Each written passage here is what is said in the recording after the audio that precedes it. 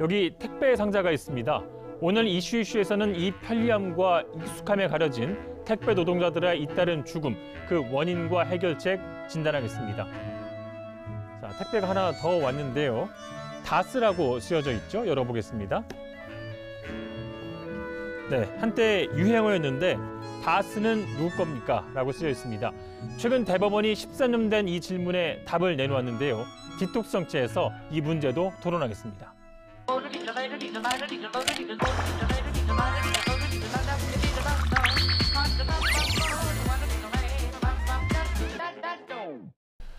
네, 한 주간에 쌓인 정치 독소를 풀어보는 시간 디톡스 정치입니다. 여야 간판 더불어민주당 정청래 의원, 국민의힘 장제원 의원 두 분 모셨습니다. 안녕하세요. 안녕하십니까. 간판 마음에 드십니까? 간판은 간판이죠. 오늘 간판다운 또 활약을 기대하겠고요. 저희 디톡스 정치 룰 한 번 더 소개하고 가겠습니다. 자, 횡령과 뇌물수증 혐의로 대법원에서 징역 17년형이 최종 확정됐죠. 이명박 전 대통령이 지난 월요일에 재수감됐습니다. 지지자들의 환호와 사과를 촉구하는 항의가 뒤섞인 가운데 이명박 전 대통령이 탄 차량이 집을 빠져나옵니다. 이 전 대통령은 이동하는 내내 어느 곳에서도 모습을 드러내지 않았고 직접 입장을 밝히지도 않았습니다. 장제원 의원님 직접 만나고 오셨죠? 예. 예. 어떤 얘기죠? 저녁에도 뵙고요. 예. 또 가실 때 배웅도 해드리고 그렇게 했습니다. 몸이 너무 안 좋으세요. 안 좋으시고 잠을 못 주무세요. 그래서 너무 마르셨고 이제 본인은 걱정하지 마라. 내가 잘 있겠다. 나라 위해서 열심히 일해달라. 이런 말씀 하셨고 한 사람을 순간 속일 수는 있어도 여러 사람을 영원히 속일 수는 없다. 그런 생각이 좀 들었습니다. 그래서 진실은 비록 늦지만 끝내 얼굴을 드러내게 돼 있다. 이런 생각을 좀 했고요. 이 13년 동안 이 BBK 다스 면죄부를 줬던 특검 또 관련 검사들도 결국은 유죄를 확정받았다. 이렇게 생각을 하고요. 그 사람들도 저는 수사를 좀 했으면 좋겠다. 또 하나는 BBK는 이명박 거다. 이렇게 주장해서 억울하게 실형 1년을 살았던 정봉주 전 의원은 재심을 받아서 구제를 받아야 되는 거 아니냐. 저는 이렇게 생각을 합니다. 제가 본 이명박 대통령은 열심히 일했고 셀러리맨들의 신하였고요. 업적이 있는 서울시장이었고요. 대한민국 금융위기를 건져낸 그런 경제 대통령이었고 수사를 어떻게 했는지 또 판결을 어떻게 했는지 보다는 저는 이명박 대통령님의 말씀을 믿고 싶습니다. 다스는 MB 거다 이렇게 대법원에서 확정 판결했으니 예.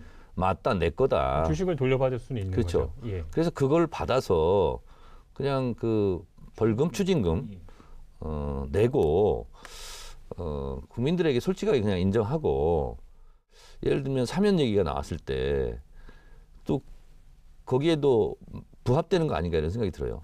사면이라 하는 것은 잘못을 인정하고 사과하고 반성하고 자 그랬으니 이제 그래도 대통령까지 지낸 분인데 너무 오랫동안 이렇게 감옥살이 하는 것은 예. 좀 그렇지 않냐. 그럼 이제 국민들이 좀 누그러져야 사면도 할 수 있는 거 아니겠습니까?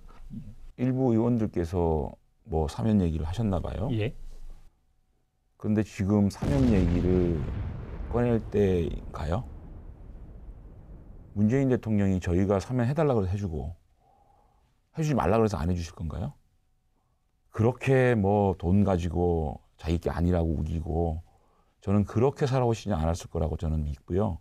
사면 운운하는 부분은 굉장히 자존심 상한 얘기고요. 예. 예, 지금으로서는 적절치 않은 얘기다 저는 생각합니다. 사실 이 문제가 불거진 것은 2007년 한나라당 대선 후보 경선 과정에서 불거진 거예요. 도곡동 땅이 누구 땅이냐? 검찰은 이미 다 알고 있습니다. 알고도 왜 덮고 있습니까? 뭐 여러분, 뭐 도곡땅이 어떠다고요? BBK가 어떠가요? 새빨간 거짓말입니다, 여러분. 그때 당시에 박근혜 후보 말이 맞았던 거고 그리고 새빨간 거짓말이 새빨간 거짓말이 된 꼴이거든요. 물론 장제원 의원님은 두고 보자 이게 바뀔 수도 있다 그러는데 저는 그런 가능성은 좀 없다고 보고요. 벌써부터 추징금을 어떻게 받아낼 것인가. 왜 이렇게 우리나라가 아니 이렇게 잔인해야 됩니까? 그럼 돌아가셔야 이 문제가 끝나는 겁니까? 그러니까 이 80대의 그 전직 대통령께서 17년형을 받고 수감이 되셨는데 이렇게까지 돌을 던져야 되는 겁니까? 대법원의 최종 판단이기 때문에 뭐 알고리즘은 아니 이게 판단을 무슨 뭐 내란을 저질렀습니까? 살인을 저질렀습니까? 17년 받지 않았습니까? 본인이 하고 싶으면 하고 들어가신 겁니다. 다시는 이런 일이 없었으면 좋겠다라는 국민적인 바람은 아마 여야를 떠나 다 똑같을 겁니다. 그러면 돌아서는 끈 모습이 있잖아요. 그 모습이 좀 더 좀 좋았겠다 이런 생각이 좀 드는 아쉬움이 있습니다. 저는 솔직히. 뭐 정리를 하죠. 대법원의 판단을 존중하고 또 장 의원님의 입장은 또 입장대로도 이해를 또 뭐 하겠습니다. 다음 주제로 넘어가겠습니다. 민주당이 이제 중앙위원회를 열고 내년 4월 서울과 부산시장 보궐선거에 후보를 내기 위해서 당원을 개정했습니다. 찬성률은 한 86%로 굉장히 높았는데 당원들의 투표 참여율이 한 26% 저조했기 때문에 좀 민주당도 그 부분은 좀 부담이 될 것 같고요. 야당에서는 절차적 정당성이 떨어지는 거 아니냐 또 바로 좀 비판을 내놨습니다. 일단 미안한 일이죠. 바꿨으니까 입장을. 자, 근데 이제 따지고 보면 이런 겁니다. 헌법을 바꾸는데 대통령이 혼자 바꿀 수는 없죠. 국민들에게 의사를 물어야 되죠. 당헌은 당의 헌법이거든요. 그래서 당원들에게 묻게 돼 있습니다. 그래서 저희가 전당원 투표를 한 7차례 정도 한 것 같습니다. 그래서 중요하고 어려운 결정일 때마다 당원들한테 물어보고요.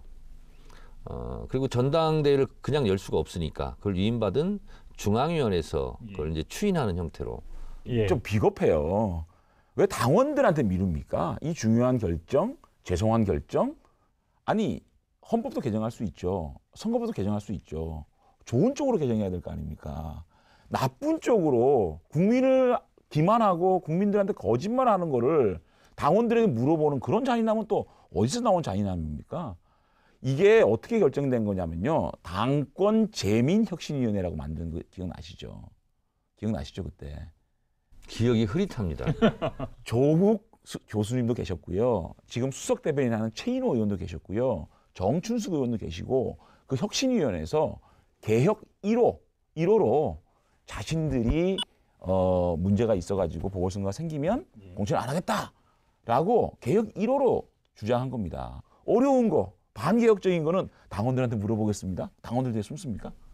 말 다 했어요. 예. 상대방의 아픈 기억은 그렇게 또렷하게 왜 이렇게 잘하시는 거예요? 기억력이 너무 참 나도 걱정이에요. 자, 그런데 아까는 침울하셨는데 지금 굉장히 좋아하셨습니다. 갑자기 신났어요. 예를 들면 이런 거예요.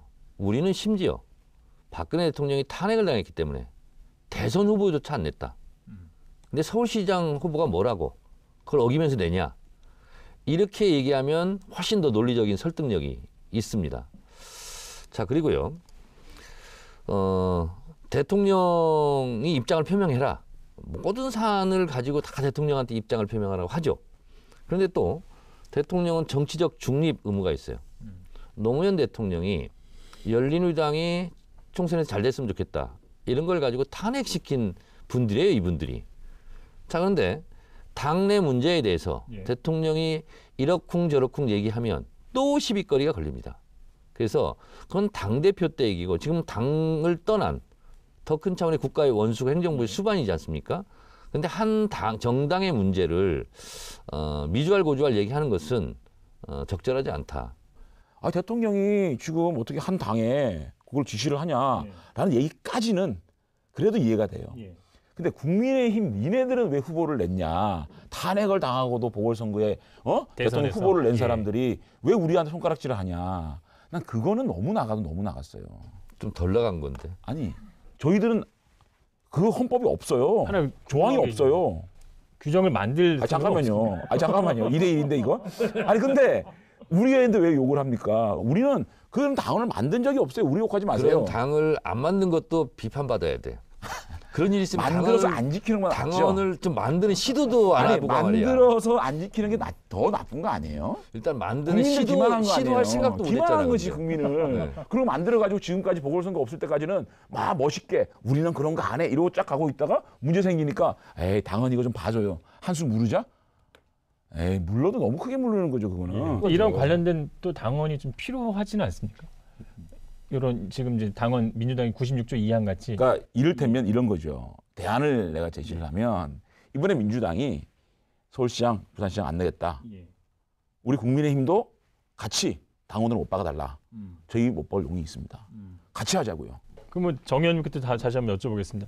이게 공당으로서 시간이 사실 오래지 않았는데 입장을 번복한 거에 대한 비판은 좀 달게 받아야 된다고 생각을 하고 이런 입장이 이런 상황이 번복되지 않으려면 뭐 어떤 좀 제도적인 장치가 필요하다고 싶으시나요? 이번 일을 계기로 좀 10년 앞을 내다보고 100년 앞을 내다보고 좀 신중하게 당원이나 당규는 정할 필요가 있겠다. 신중하지 않았다. 이렇게 생각을 합니다. 어느 정도 좀 여지를 좀 네, 두는 게 낫겠다는 그러니까 말씀이시고 지난번에 신중하지 않았다. 잘못된 결정이었다. 결과적으로 그렇게 된 거죠. 잘못된 거였다. 아니, 잘못을 너무 거보다는- 자주 하시는 것 같아요. 네? 잘못을 너무 자주 하시는 것 같아요. 아니, 그쪽은 밥 먹듯이 하잖아요. 그러니까 민주당의 이 독특한 메커니즘이 있어요. 이 절차. 처음에는 그냥 명분만 가지고 착한 정치만 하는 거예요. 대한민국을 개혁하기 위해서 이렇게 하겠습니다. 명분과 대한민국의 모든 착한 정치는 자신들이 다 해. 그래가지고 뭐 국회를 그냥 밀어붙이고 막 힘으로 밀어붙이고 이렇게 해요. 딱 그러고 나서 뭔가 좀 정치적 실리가에 문제가 생겨요. 손해를 볼것 반작용이 같아요. 항상 있으니까요. 그럼요. 상대당에서. 손해를 볼 것 같으면 지도부는 가만히 있어요. 의원들이 3, 4모 만나갖고 또 이렇게 그 뭔가 좀 만들어 가요. 슬 만들어 가다가 조금 생각할 시간이 필요하다. 이런 때를 정직한 위해서 정치를 했으면 좋겠어요. 이런 말이 있어요. 사돈난말한다. 뭐 저희들이 뭐 어떻게 했는데요? 예를 들면 이런 거죠. 뭘 어떻게 했는데요? 단적인 예로 사실은 패스트트랙 하고 저기 또 들어눕고 그 이유가 뭐냐면 결국은 선진화법이었어요. 선진화법은 우리가 만든 게 아니에요. 그쪽 당 귀당께서 만드는 거예요. 귀당께서 만들어 놓고 그걸 또 안 지킨 게 귀당이에요. 그리고 나서 결국은 뭐 힘으로 밀어붙인다. 본인들도 힘으로 밀어붙이려고 한 거죠. 근데 총선에서 의석수가 적으니까 안 된 거죠. 근데 민주당이 이런 뭐 비판 여론을 무릅쓰고 뭐 당원 개정까지 하면서 선거에 나서는 이유, 뭐 대선까지 바라본 그런 포석이라고 봐야 되는 거죠. 나서는 이유요? 국민의힘이 우습거든.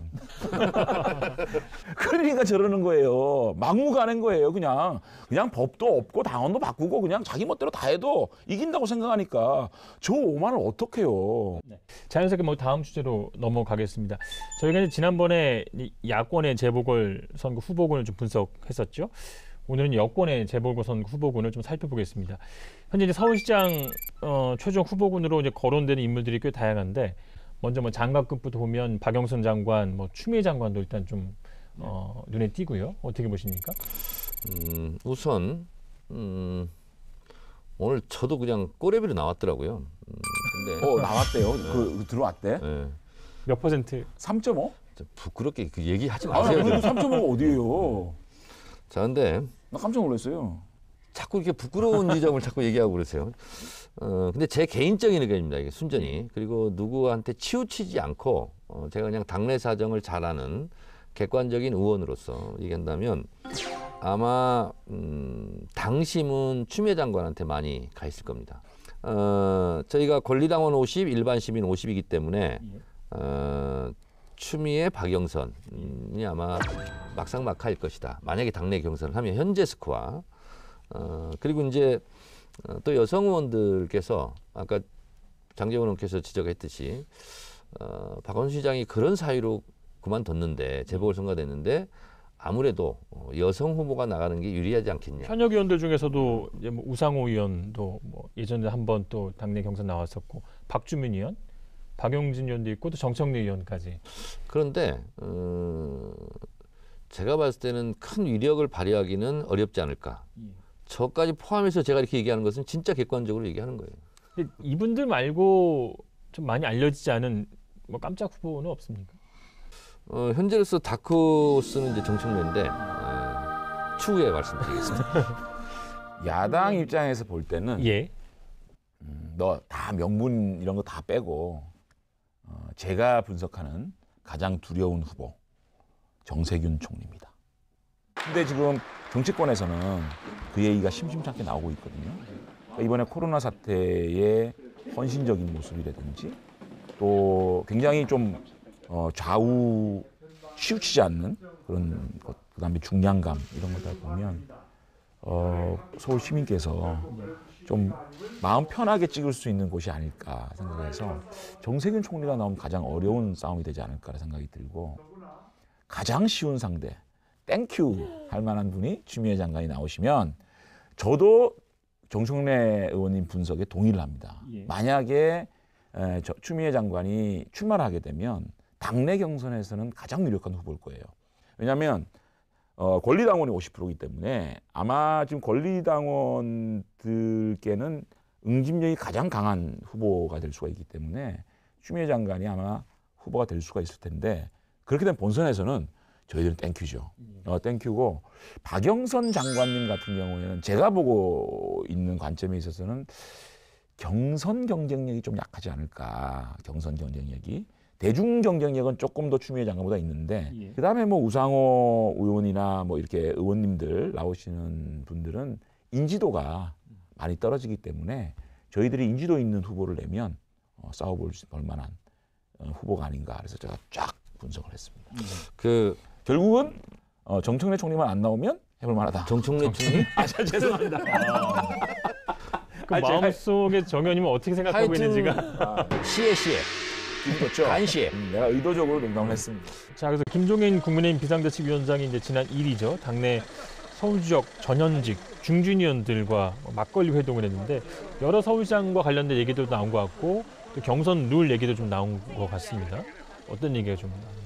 경선 룰 같은 경우에는 서울에서는 어쨌든 당 밖에도 많은 유력 후보들이 계시기 때문에 당원 중심으로 이렇게 우리끼리 치르는 거는 뭐 그렇게 썩 옳은 일이 아니지 않느냐. 그래서 시민들이 더 많이 참여할 수 있는 경선으로 가야 저희들이 조금이라도 더 시민들께 다가갈 수 있지 않느냐라고 많은 분들이 또 생각하고 계시고 또 어저께 모인 우리 중진 서울 출신 중진 의원님들도 그렇게 생각하시는 것 같아요. 여기 참석하신 분들이 나름 서울시장의 뜻도 있는 분들이고 후보라고 자천타천 좀 거론되는 분들인데 뭐 나경원, 김용태, 이해훈 전 의원, 오세훈 전 서울시장, 뭐 현역은 권용세, 박진우 의원이 있었고요. 김성태 전 원내대표 있었고 네. 경쟁력에 대해서는 어떻게 평가하세요? 한 분 한 분 다 훌륭한 분들이죠. 여기서 인지도가 빠집니까? 뭐가 빠집니까? 당이 지금 어려워서 그런 거지. 만약에 이분들이 당 지지율이 아마 뭐 1등하고 거의 뭐 같은 수준으로 가고 있고 또 문재인 대통령 지지율이 많이 떨어진 상황이라고 하면 이분들 경쟁력이 대단한 거죠. 사실은. 어떤 후보가 가장 경쟁력이 있다고 보이세요? 수능에서요. 국영수 만점 맞으면 서울대 다 갑니다. 이러저런 조건이었다면 이분들도 경쟁력이 있다는 것은 그 조건이 아니기 때문에 경쟁력이 없다라는 뜻이라고 저는 보고요. 김종인 비대위원장이 장제원 의원 등으로부터 공격을 많이 받았죠. 해서는 안 될 말을 많이 하고 다녔죠. 당내 후보 없다. 그런 당대표가 어디 있습니까? 그래서 본인이 이거는 아무리 생각해도 실수했다. 그래서 그냥 입막음용, 다독거리는 용으로 부산 중진들, 서울 중진들 만난 것 같아요. 근데 이분이 기상천외한 분입니다. 거기 있는 분들은 아닐 거라고 저는 봅니다. 근데 어저께 한번 보자고요. 김종인 비대위원장이 서울 지역 중진들을 초대를 해서 막걸리를 한다. 거기에 누가 왔다더라. 이렇게 되면 일단 이분들이 언론의 주목을 받는 거예요. 저는 첫 번째 이 이벤트는 성공적인 이벤트다. 또 이분들 중에 안 나가실 분도 계시고 나가실 분 계시지 않겠습니까? 나가겠다는 분은 또 1대1로 만나주는 거예요. 그래가지고 또 악수하고 사진 찍고 언론에서 야 이분은 이런 것들이 참 좋은 의견을 가지고 있는 분입니다. 라고 한번 추켜 세워주고 이렇게 자꾸만 시간을 보낸다면 얼마나 우리 당이 후보들이 풍요로워지겠습니까? 저는 장제원 의원이 헛물 켠다고 생각합니다. 왜냐하면 이분은요. 만약에 그럴 것 같으면 한 사람이나 소수를 집중적으로 만나거나 언론의 스포트를 라이트를 받게 하는 거죠. 서울 중진들도 7, 8명이에요. 예. 부산도 마찬가지입니다. 이거는요, 그분들을 n분의 1로 만드는 거고 본인 돋보이는 전략이에요. 장제원 의원도 아직도 이걸 몰라요. 그럼으로써 본인이 더 영향력이 있다는 것을 과대하게 과시하는 거다. 그런데요, 참 속사를 말씀하시는데 네. 맞아요. 네. 객관적으로 근데 왜 아닌 척했어요 지금까지? 잘한다 해야 될 거 아닙니까? 이런 정도의 시작도 잘하십니다. 해야 또 다른 이벤트가 만들어지고 또 다른 자리가 만들어지지 않겠습니까? 이거 아니야라고 얘기를 하면 또 안 되지 그럴 않겠습니까? 수밖에 없는 입장이 그렇죠. 있습니다. 부산 시장 말씀해 주셨는데 장지훈 의원께서는 이제 알고리즘을 통해서 이제 간을 한번 보셨죠? 불출마를 선언하셨고 민주당의 부산시장 후보는 어떻게 되고 있습니까? 그러니까 솔직히 말해서 예. 민주당 부산시장 후보 없다고 보면 됩니다. 없어요. 그럼 없으면 좀 어. 키워야 되는 거 아닌가요? 없어요. 이제 부산에서 알아서 잘 하시겠죠. 그러니까 저는 서울시장 당선시키는 것만 해도 참 벅찹니다. 그럼 포기하셨네. 뭘 부산시장 포기해요? 부산의 당원들이 또 알아서 하시겠죠. 알아서 하신다. 네. 후보도 없는데. 그리고 부산은 멀어서 제가 잘 모르겠어요. 아니 지금 나오는 뭐 김영춘 선배나 뭐 김혜영 의원 다 좋은 분이죠. 근데 시장 이번 그 보궐선거에 시장으로서의 어떤 그 파괴력 있는 득표력은 제가 없다고 보고 김혜영 의원도 중도 확장성은 있지만 이분이 아직까지 이 부산시 전체에 대한 인지도가 없는 상황이고 그 외에는 현역 의원이 1년도 안 돼서 배지떼고 떨어질 확률이 더 큰 부산시장 선거에 희생적으로 출마하겠습니까? 아니 현역 의원이 누가 나가겠어요? 꼭 나가라는 법은 없잖아요. 예. 누가 나가겠냐? 나갈 사람이 현역이 없는 거예요 아닌 지금. 비장의 카드가 또 있을 수 있잖아요. 비장의 카드가 저는 없다고 봅니다. 부산시장마저도 저희가 이기면 어떻게 하실래요, 장제원 의원은? 좀 걱정은 됩니다. 걱정은 되는데 그래도 저희들이 부산시장마저 잃었을 경우에는 정당이 존립할 수 있겠습니까? 그래서 반드시 이겨야 된다. 이거는 어떻게 보면 야당과 여당의 진영 대 진영의 총력전이거든요. 이거. 그럼 대선의 전초전 성격 그렇습니다. 그래서 총선 못지않는 그런 정치적 의미가 있기 때문에 아마 부직갱이라도 다 동원해서 총력전을 펼칠 것 같아요.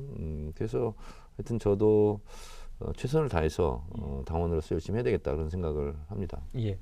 뭐 여권을 중심으로 내년 4월에 펼쳐질 서울과 부산 보궐선거 판도 분석해 봤고요.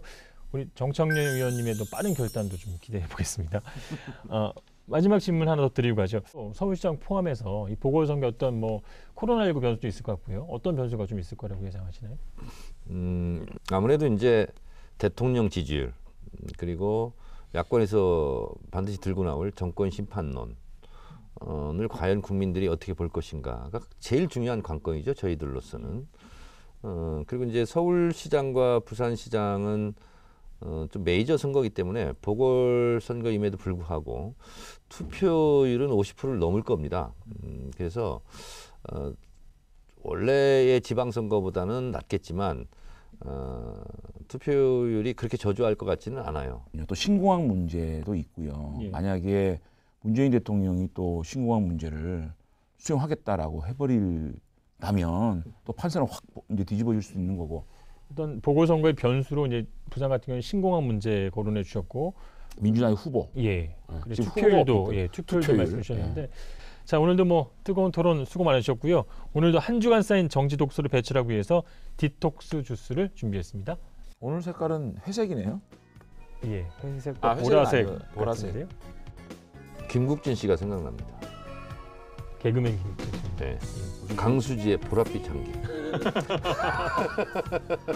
자 수고하셨습니다. 네, 고맙습니다. 예능가 수고하셨습니다.